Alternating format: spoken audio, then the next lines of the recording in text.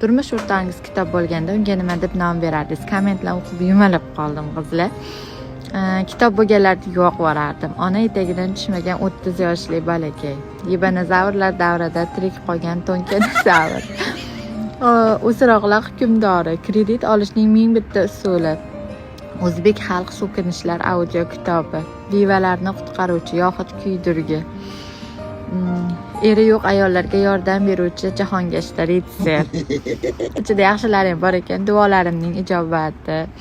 Meni boqish uchun osmondan tushgan farishta, o'zini unutib oilasi uchun kurashayotgan erkak, nashriyotning xatosi, konturshunos, onasidan ajralmagan buzoqcha yoxud 30 yildan beri bolasini qo'yib yubormagan sigir, tualet qiroli, xasislikning 1001 siri.